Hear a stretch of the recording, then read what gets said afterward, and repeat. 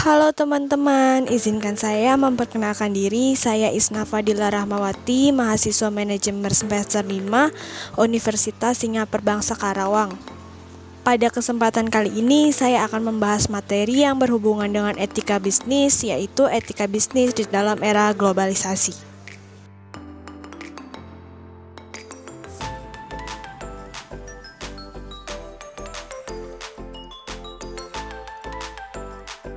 Pada materi kali ini ada beberapa hal yang akan dibahas, antara lain etika bisnis di era globalisasi, urgensi etika bisnis di era global,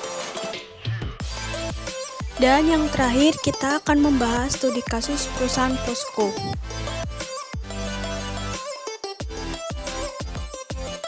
Yang pertama yang akan kita bahas adalah etika bisnis. Apa sih etika bisnis itu? Menurut bahasa Yunani, kata etika berawal dari kata ethos yang memiliki arti sikap, perasaan, akhlak, kebiasaan, atau watak. Sedangkan menurut Magnus Susino berpendapat bahwa etika bukan merupakan suatu ajaran, melainkan suatu ilmu. Dan bisnis diartikan sendiri sebagai suatu usaha.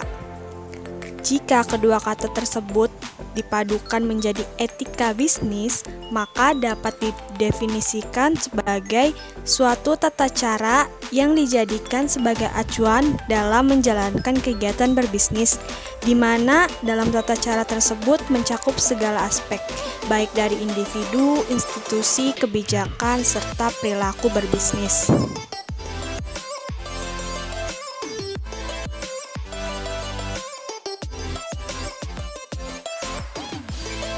Etika bisnis berdasarkan aspek dan sudut pandang menurut Bertens dibagi menjadi 3. Yang pertama, sudut pandang ekonomi. Bisnis adalah kegiatan ekonomis. Maksudnya adalah adanya kegiatan interaksi antara produsen dengan pekerja dan produsen dengan produsen dalam sebuah organisasi. Kegiatan antar manusia ini adalah bertujuan untuk mencari keuntungan. Oleh karena itu disebut kegiatan ekonomis. Yang kedua, dari sudut pandang etika. Jika dalam bisnis berorientasi pada profit adalah sangat wajar, akan tetapi jangan keuntungan yang diperoleh tersebut justru merugikan pihak lain. Yang ketiga, dari sudut pandang hukum. Bisa dipastikan bahwa kegiatan bisnis juga terikat dengan hukum dagang atau hukum bisnis, yang merupakan cabang dari ilmu hukum modern. Dalam praktik hukum, banyak masalah yang timbul dalam hukum bisnis pada taraf nasional maupun internasional. Selanjutnya, ada ruang lingkup etika bisnis yang menurut perspektif dibagi menjadi 2, yaitu perspektif makro dan perspektif mikro.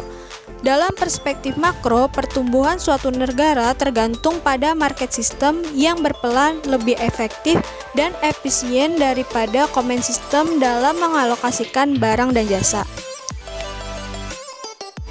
Lalu dalam perspektif mikro, dalam lingkup ini perilaku etik identik dengan kepercayaan atau trust. Dalam lingkup mikro terdapat rantai relasi di mana supplier, perusahaan, konsumen, dan karyawan saling berhubungan kegiatan bisnis yang akan berpengaruh pada lingkup makro. Tiap mata rantai penting dampaknya untuk selalu menjaga etika.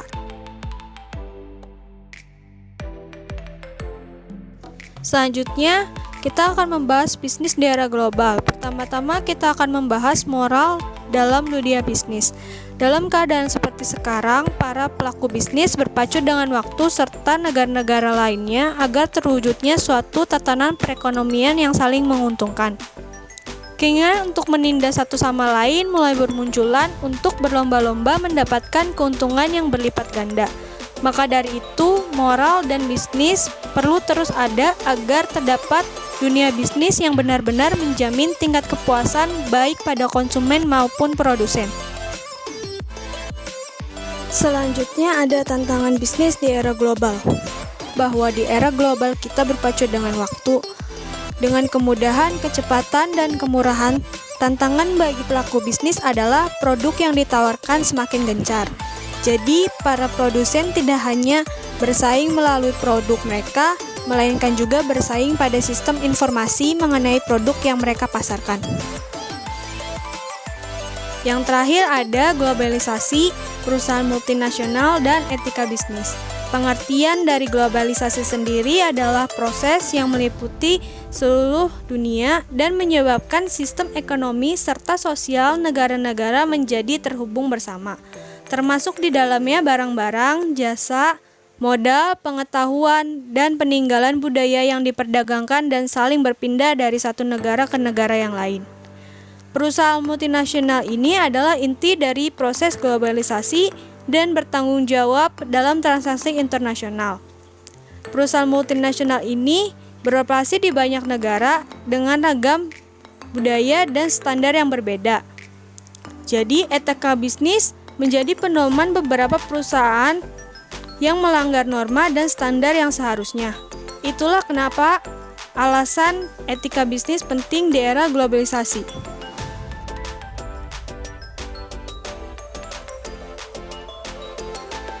Lalu ada urgensi etika bisnis di era global. Yang pertama, meningkatkan kepercayaan publik pada bisnis. Yang kedua, berkurangnya potensial regulasi pemerintah yang dikeluarkan sebagai aktivitas kontrol. Yang ketiga, menyediakan pegangan untuk dapat diterima sebagai pedoman. Yang keempat, menyediakan tanggung jawab atas perilaku bisnis yang tidak beretika.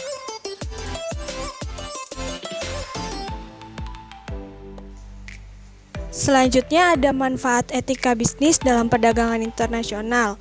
Yang pertama, dapat meningkatkan nilai perusahaan atau corporate value. Yang kedua, membangun corporate image positif serta dapat menjaga keberlangsungan hidup perusahaan. Yang ketiga, dapat meningkatkan daya saing atau competitive advantage bagi perusahaan.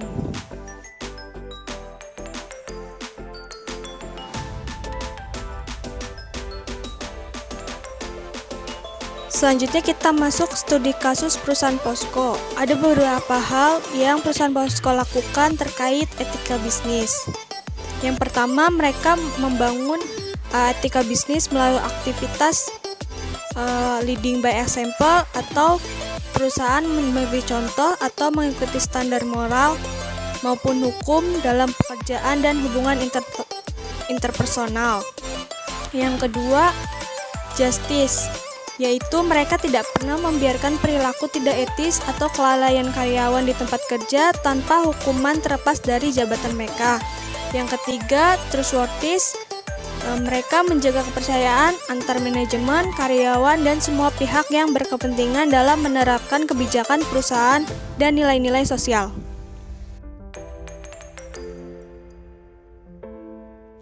Selanjutnya, perusahaan menetapkan kode etik pada bisnis Posko. Yang pertama, ada tugas kepatuhan dengan kode etik. Di sini diharuskan kepada seluruh karyawan untuk mematuhi aturan dan peraturan yang terkait di semua wilayah di dunia di mana Posko melakukan operasi bisnis. Kemudian ada peran dan tanggung jawab karyawan. Yang pertama adalah mereka harus mematuhi dan memahami kode etik. Yang kedua, mereka harus melakukan pelaporan dan konsultasi atas perilaku yang tidak etis. Yang ketiga, adanya hukuman untuk pelanggaran kode etik karyawan. Mereka juga melakukan internalisasi etika bisnis pada karyawan Posko. Yang pertama, membuat kaidah perilaku yang sesuai dengan etika dan hukum. Yang kedua, membuat pelatihan.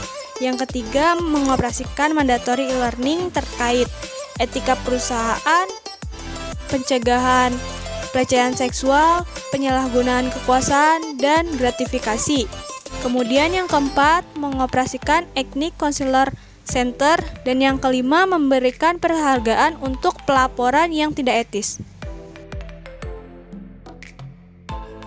Selanjutnya, ada manfaat etika bisnis yang perusahaan Posko dapatkan. Salah satunya adalah penghargaan yang diperoleh perusahaan Posko karena menerapkan etika bisnis yang ada, seperti yang terdaftar pada layar.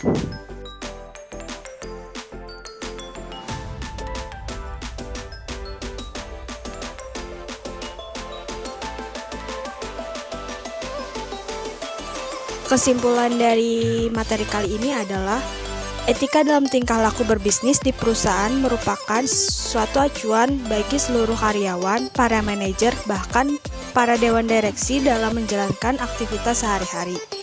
Etika bisnis merupakan peranan penting sebagai kerangka implementasi mewujudkan good governance dan terhindar dari resiko pelanggaran berbisnis yang bisa berdampak melemahkan daya saing hasil industri di pasar internasional. Sebagai penutup, ada quotes dari William James, yaitu action may not always bring happiness, but there is no happiness without action. Sekian materi yang dapat saya sampaikan, kurang lebihnya mohon maaf. Terima kasih.